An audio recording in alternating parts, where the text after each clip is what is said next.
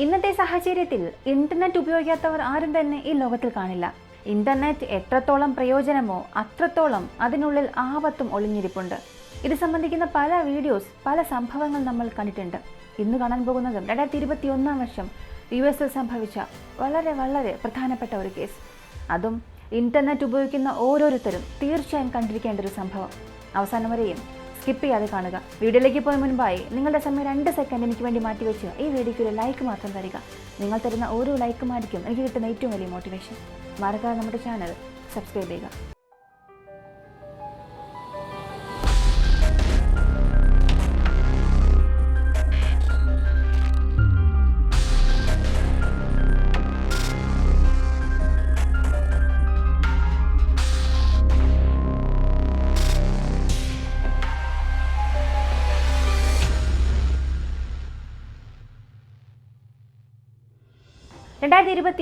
കാലിഫോർണിയയിൽ മാത്യു ആബി ദമ്പതികൾ.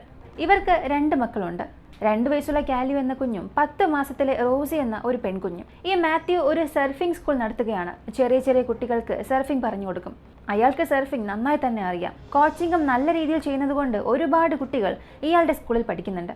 Love water surf school എന്ന ഒരു സ്കൂൾ നടത്തുന്നു. ആബി ഒരു ഹൗസ് വൈഫാണ്. തൻ്റെ 2 മക്കളെയും നന്നായി തന്നെ നോക്കും. ഒരുപാട് പണമുണ്ട്, നല്ലൊരു കുടുംബം, മക്കൾ. മൊത്തത്തിൽ ഈ ദമ്പതികൾ വളരെ സന്തോഷകരമായ ഒരു ജീവിതം നയിച്ചു. ഓഗസ്റ്റ് 7, 2021 വർഷം മാത്യു തൻ്റെ കൂട്ടുകാരുമായി ക്യാമ്പിംഗ് പോകാൻ തീരുമാനിക്കുന്നു. അയാൾ മാത്രമാണ് ഫ്രണ്ട്സുമായി പോകുന്നത്. ഭാര്യയും കുഞ്ഞുങ്ങളും വീട്ടിൽ തന്നെ ഉണ്ടാകും. ഇപ്പോൾ ആബി ഭർത്താവിന് ആവശ്യമായ ഭക്ഷണങ്ങളെല്ലാം പാക്ക് ചെയ്യാനായി അടുക്കളയിലേക്ക് പോകുന്നു. മാത്യു തൻ്റെ ക്യാമ്പിന് ആവശ്യമായ സാധനങ്ങളെല്ലാം കാറിലെടുത്ത് വെക്കുകയാണ്. ഇപ്പോൾ മാത്യു എന്ത് ചിന്തിച്ചു എന്നറിയില്ല.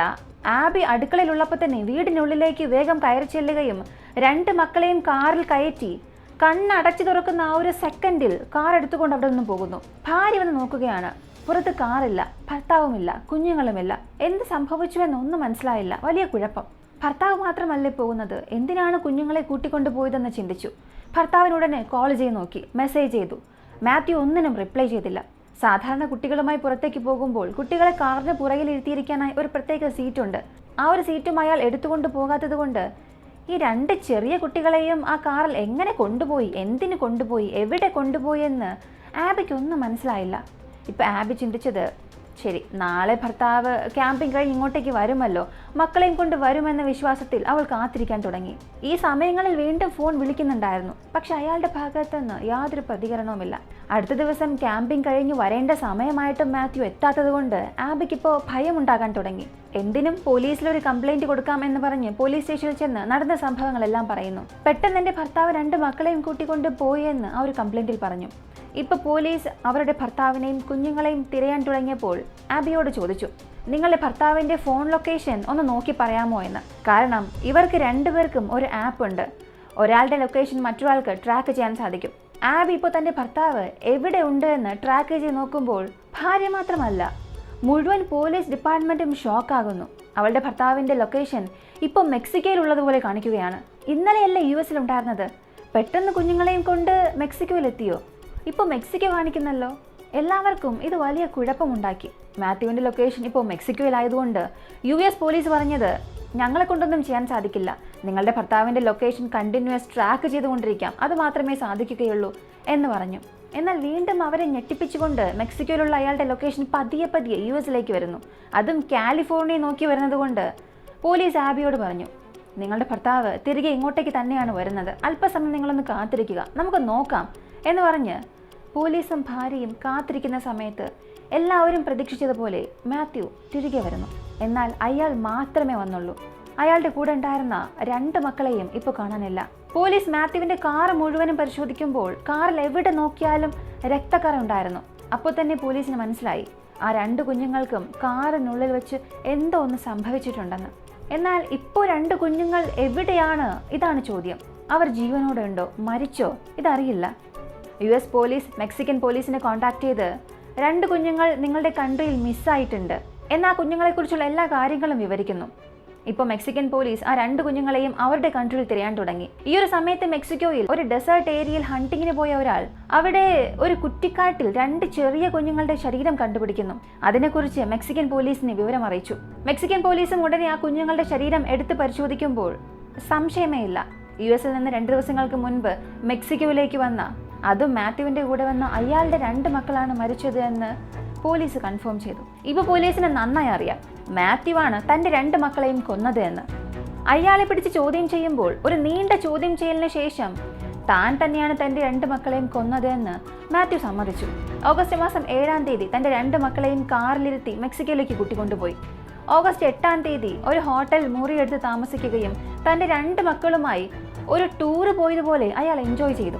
ഓഗസ്റ്റ് 9 രാവിലെ 5 മണിക്ക് ആ കുഞ്ഞുങ്ങളെ ഹോട്ടലിൽ നിന്നും ഒരു ഒഴിഞ്ഞ പ്രദേശത്തേക്ക് കാടിലേക്ക് കൂട്ടിക്കൊണ്ടുപോയി അവിടെ വെച്ച് കൊല്ലുകയും ചെയ്തു. എങ്ങനെ കൊന്നു എന്ന് ചോദിച്ചാൽ സ്പിയർ ഫിഷിംഗ് ഗൺ എന്ന ഒരു വസ്തുവുണ്ട്. കടലിനടിയിലെ മീനുകളെ വേട്ടയാടാനായി ഒരു ഗൺ ഉപയോഗിക്കും.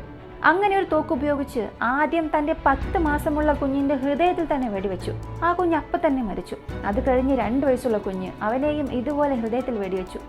പക്ഷെ അവൻ മരിച്ചില്ല. വീണ്ടും അവന്റെ തലയിലും കഴുത്തിലും ഇന്റേണൽ ലിവറുള്ള ഭാഗത്തും തുടർന്ന് വെടിവെച്ചു കൊണ്ടിരുന്നു. ഇതിനുശേഷം ആ 2 വയസ്സുള്ള കുഞ്ഞ് വളരെ ദാരുണമായ രീതിയിൽ മരിച്ചു. ഇപ്പോൾ ഈ 2 ശരീരവും കുറ്റിക്കാട്ടിൽ വലിച്ചെറിഞ്ഞിട്ട് അയാൾ തിരികെ US വന്നു. തന്റെ മക്കളെ കൊന്നതിന് ശേഷം അവരുടെ രക്തം പുരണ്ട വസ്ത്രവും അവരുടെ കളിപ്പാട്ടവും അവരുടെ കയ്യിലുണ്ടായിരുന്ന മറ്റു വസ്തുക്കളെല്ലാം, ക്രൈം സീൻ സംബന്ധിക്കുന്ന വസ്തുക്കളെല്ലാം അവിടെയുള്ള ഒരു വേസ്റ്റ് ബോക്സിൽ ഇട്ടിട്ട് ഒന്നും അറിയാത്തതുപോലെ തിരികെ വന്നു. ഇപ്പോൾ മാത്യു തന്റെ 2 മക്കളെ കൊന്നു എന്ന് സമ്മതിച്ചു. എന്നാൽ ഏതൊരു കൊലപാതകത്തിനും ഒരു കാരണമുണ്ടാകും. അതും ഒരച്ഛൻ തന്റെ 2 മക്കളെ കൊല്ലുന്നു എന്നുണ്ടെങ്കിൽ അതിന് പുറകിൽ വ്യക്തമായ ഒരു കാരണം തീർച്ചയായും ഉണ്ടാകണം. മാത്യു എന്തിന് തന്റെ 2 മക്കളെ കൊന്നു എന്നുള്ളത് പോലീസിനോട് പറയുമ്പോൾ മുഴുവൻ പോലീസ് ഡിപ്പാർട്ട്മെന്റ് തന്നെ ഞെട്ടിപ്പോവുകയാണ്. ഇങ്ങനെയെല്ലാം ഈ ലോകത്തിൽ സംഭവിക്കുമോ എന്ന് അയാൾ പറഞ്ഞ കാരണം എല്ലാവരെയും അത്ഭുതപ്പെടുത്തി. ഈ മാത്യു ഇന്റർനെറ്റിൽ അളവിൽ കൂടുതൽ സമയം ചിലവഴിക്കുമ്പോൾ QAnon കോൺസ്പിറസി തിയറിസ്റ്റ് എന്ന ഒരു ഗ്രൂപ്പിനെ ഫോളോ ചെയ്യാൻ തുടങ്ങി. കോൺസ്പിറസി തിയറി എന്ന് പറഞ്ഞാൽ നമുക്ക് നന്നായി അറിയാം. നിയമത്തിന് വിരുദ്ധമായ ഒരുപാട് കാര്യങ്ങൾ സപ്പോർട്ട് ചെയ്യുന്ന ഈ ഒരു ഗ്രൂപ്പിനെയാണ് കോൺസ്പിറസി ഗ്രൂപ്പ് എന്ന് പറയുന്നത്. ഇന്റർനെറ്റിൽ ഇവർ ഒരുപാട് അനോണിമസ് ആയി പ്രവർത്തിക്കാൻ തുടങ്ങി. രാഷ്ട്രീയ പ്രവർത്തകർക്കെതിരെ ഒരുപാട് തെറ്റായ കാര്യങ്ങൾ ഇന്റർനെറ്റിൽ പടർത്താൻ തുടങ്ങി.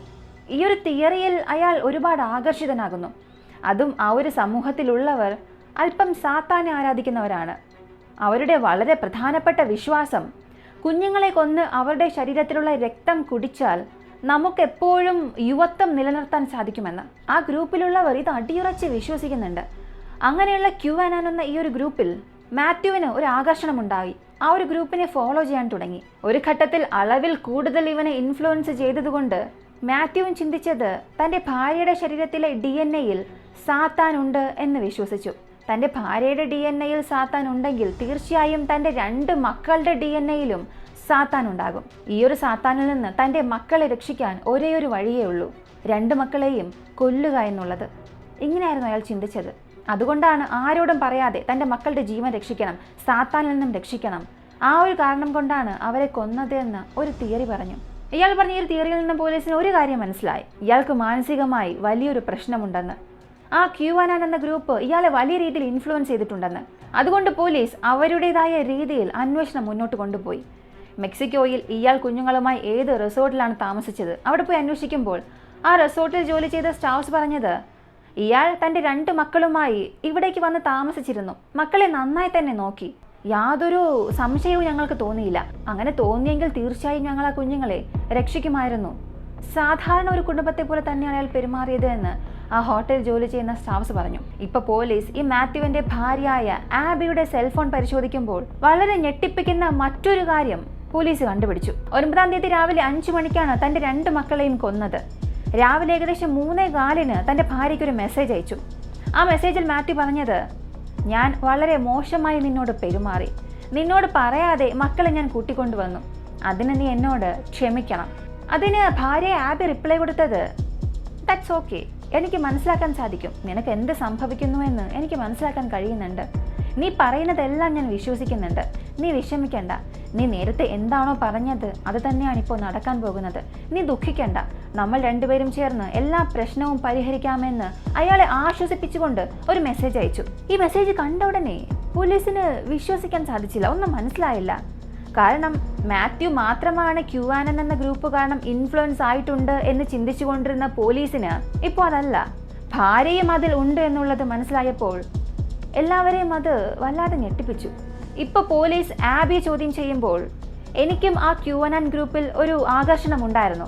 അവരുടെ തിയറിയിൽ താല്പര്യമുണ്ടായിരുന്നു. ഞാനും മാത്യുവും അതിനെ ഫോളോ ചെയ്യാൻ തുടങ്ങി. പക്ഷേ കുറച്ച് ദിവസമായപ്പോഴാണ് അതിലുള്ള അപായം എനിക്ക് മനസ്സിലായത്. ഞാൻ അതിൽ നിന്നും പതിയെ പുറത്തേക്ക് വരാൻ തുടങ്ങി. പക്ഷെ എൻ്റെ ഭർത്താവ് അതിനുള്ളിലേക്ക് ഒരുപാട് പോയി എന്നുള്ളത് എനിക്ക് മനസ്സിലാക്കാൻ കഴിഞ്ഞു. അതിൽ നിന്നും ഭർത്താവിനെ പുറത്തേക്ക് കൊണ്ടുവരാൻ ഞാൻ ഒരുപാട് ശ്രമിച്ചു. പക്ഷെ ഇന്നുവരെയും ഇപ്പോൾ വരെയും എനിക്കത് സാധിച്ചില്ല എന്ന് പറഞ്ഞു. പക്ഷെ എൻ്റെ മക്കളെ കൊല്ലുന്ന രീതിയിൽ ഭർത്താവ് പോകുമെന്ന് ഞാൻ ഒരിക്കലും സങ്കല്പിച്ചു പോലും നോക്കിയില്ല എന്ന് ആബി പറഞ്ഞു. അയാൾ പ്ലാൻ ചെയ്താണ് മക്കളെ കൊണ്ടുപോയി കൊന്നത് എന്ന് എനിക്കറിയില്ല. എൻ്റെ മക്കളുടെ മരണത്തിനും എനിക്കും യാതൊരു ബന്ധവുമില്ല എന്ന രീതിയിൽ അവൾ പറഞ്ഞു. ഇനി എന്തൊക്കെ കാരണമായാലും മാത്യു തന്നെ തൻ്റെ 2 മക്കളെയും കൊന്നു എന്ന് സമ്മതിച്ചതുകൊണ്ട് അയാൾ അറസ്റ്റ് ചെയ്യുന്നു. ഈ ഒരു കേസ് കോടതിയിൽ ട്രയലിനായി ഇപ്പോഴും കാത്തിരിക്കുകയാണ്. ട്രയൽ അവസാനിച്ചിട്ടില്ല. ട്രയൽ ഡേറ്റ് ഇപ്പോഴും അനൗൺസ് ചെയ്തിട്ടില്ല. എന്നാൽ പ്രോസിക്യൂട്ടർ ടീം പറഞ്ഞത് മാത്യുവിന് മരണശിക്ഷ തന്നെ കൊടുക്കണം എന്ന് ഞങ്ങൾ ഒരിക്കലും ചോദിക്കില്ല. അയാൾക്ക് ജീവപര്യന്തം കിട്ടിയാലും ഞങ്ങൾക്ക് സന്തോഷമാണെന്ന് പറഞ്ഞു. എന്നാൽ അതേസമയം എനിക്ക് ടെമ്പററി ഇൻസാനിറ്റി, എനിക്ക് മാനസിക രോഗം, എൻ്റെ സുബോധമില്ലാതെയാണ് ഞാനിത് ചെയ്തത് എന്ന് പറഞ്ഞ് അയാളെ ഈ ഒരു കേസിൽ നിന്നും രക്ഷപ്പെടാനും ഞങ്ങൾ സമ്മതിക്കില്ല. അയാൾക്ക് ജീവപര്യന്തം ശിക്ഷ വാങ്ങിക്കൊടുക്കണമെന്നതാണ് ഞങ്ങളുടെ ഒരേയൊരു ലക്ഷ്യമെന്നും പ്രോസിക്യൂട്ടർ പറഞ്ഞു. ഇന്റർനെറ്റിൽ കണ്ടതിൽ വെച്ച് മാത്യു ഇന്നുവരെയും തൻ്റെ ട്രയലിനായി കാത്തിരിക്കുകയാണ്. ഈ ഒരു കേസിൽ നിന്നും നമ്മൾ മനസ്സിലാക്കേണ്ട ഒരു കാര്യം, നമ്മൾ തന്നെ അറിയാതെ ഇന്റർനെറ്റിലെ ഒരുപാട് കാര്യങ്ങളിൽ നമ്മൾ ഇൻഫ്ലുവൻസ് ആകുന്നുണ്ട്. അത് നമ്മൾ മനസ്സിലാക്കുന്നില്ല. നമ്മളെല്ലാവരും ചിന്തിക്കുന്നത് ഇന്റർനെറ്റ് നമ്മളാണ് ഉപയോഗിക്കുന്നത് എന്ന്. എന്നെ സംബന്ധിച്ച് ഇന്റർനെറ്റാണ് നമ്മളെ യൂസ് ചെയ്യുന്നത്. നമ്മൾ ഒരുപാട് കണ്ടിട്ടുണ്ട്. ഫേസ്ബുക്കിലായാലും ഇൻസ്റ്റഗ്രാമിലായാലും എന്തെങ്കിലും പ്രോഡക്റ്റ് വാങ്ങണമെന്നൊക്കെ അഡ്വർടൈസ്മെൻറ്റ് വരും. പക്ഷെ നമ്മളെന്താ ചിന്തിക്കുക, എന്നോടാണ് ഇതൊക്കെ കാണിക്കുന്നത്, ഞാനിതൊക്കെ വാങ്ങാനോ? ഒരിക്കലുമില്ല, എന്നെ പറ്റിക്കാൻ ആർക്കും സാധിക്കില്ല എന്നൊക്കെ വീരവാദം മുഴക്കും. സോഷ്യൽ മീഡിയയ്ക്ക് വെറുതെ ഇരിക്കുകയാണല്ലോ, ഞാൻ വെറുതെ യൂസ് ചെയ്യുകയാണ് എന്നൊക്കെ പറയും. എന്നാൽ ഇവിടെ ഒന്നും തന്നെ ഫ്രീ അല്ല. നമ്മൾ ഇൻ്റർനെറ്റ്, സോഷ്യൽ മീഡിയ ഉപയോഗിക്കുന്നതിന് നമ്മൾ കൊടുക്കുന്ന വില എന്താണെന്നറിയാമോ? നമ്മുടെ വില മതിക്കാനാകാത്ത സമയമാണ്. നമ്മുടെ ജീവിതത്തിൽ തിരികെ സമ്പാദിക്കാനാകാത്ത നമ്മുടെ സമയത്തെയാണ് ഈ ഫേസ്ബുക്ക്, വാട്സപ്പ്, ഇൻസ്റ്റഗ്രാമിലൊക്കെ നമ്മൾ കൊടുത്തുകൊണ്ടിരിക്കുന്നത്. നമ്മുടെ സമയം അവർക്ക് കിട്ടുന്നുണ്ടല്ലോ, അതിലാണ് അവർ തന്നെ ബിസിനസ് ചെയ്യുന്നതും സമ്പാദിക്കുന്നതും. എത്രത്തോളം യൂട്യൂബ്, ഫേസ്ബുക്ക്, ഇൻസ്റ്റഗ്രാം നമ്മൾ ഉപയോഗിക്കുന്നോ അത്രത്തോളം ആ ഒരു പ്ലാറ്റ്ഫോമിൽ അവർ പണം സമ്പാദിക്കുന്നു. അതുകൊണ്ട് തന്നെ നമ്മളറിയാതെ ഇൻ്റർനെറ്റ് നമ്മളെ ഇൻഫ്ലുവൻസ് ചെയ്യുകയാണ്. എന്നാൽ എന്തൊക്കെ തന്നെ പറഞ്ഞാലും ഇൻ്റർനെറ്റ് എന്നത് ഒരു അത്ഭുതകരമായ പ്ലാറ്റ്ഫോമാണ്. നമ്മൾ പഠിക്കാൻ ഒരുപാട് കാര്യങ്ങളുണ്ട്. എന്നാൽ നമ്മൾ എന്താണോ പഠിക്കേണ്ടത് അത് മാത്രം അതിൽ നിന്നും പഠിക്കുക.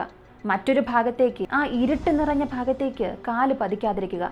എന്താണോ ആവശ്യം അത് മാത്രം എടുത്തുകൊണ്ട് പുറത്തേക്ക് വരിക. ആ ഇരുണ്ട അറയുണ്ട്, അതിനുള്ളിലേക്ക് പോയാൽ ഈ ഒരു കേസിൽ എന്താണോ സംഭവിച്ചത് അതുപോലെ നാളെ നമുക്കും നടക്കാനുള്ള സാധ്യതയുണ്ട്. ഈ ഒരു വീഡിയോയെക്കുറിച്ചുള്ള നിങ്ങളുടെ അഭിപ്രായം എന്താണ്? മാത്യു കുഞ്ഞുങ്ങളെ കൊന്നു എന്ന് സമ്മതിച്ചു, എന്നാൽ ഇതിൽ ഭാര്യയായ ആബിക്കും എന്തെങ്കിലും പങ്കുണ്ടെന്ന് നിങ്ങൾക്ക് തോന്നുന്നുണ്ടോ? നിങ്ങളുടെ അഭിപ്രായം കമൻറ്റിൽ പറയുക. വീഡിയോ ഇഷ്ടമായ ലൈക്ക് ചെയ്യുക, ഷെയർ ചെയ്യുക. നമ്മുടെ ചാനൽ ആദ്യമായി കാണുന്നവരാണെങ്കിൽ മറക്കാതെ സബ്സ്ക്രൈബ് ചെയ്ത് സപ്പോർട്ട് ചെയ്യുക. മറ്റൊരു വീഡിയോയുമായി വീണ്ടും കാണാം.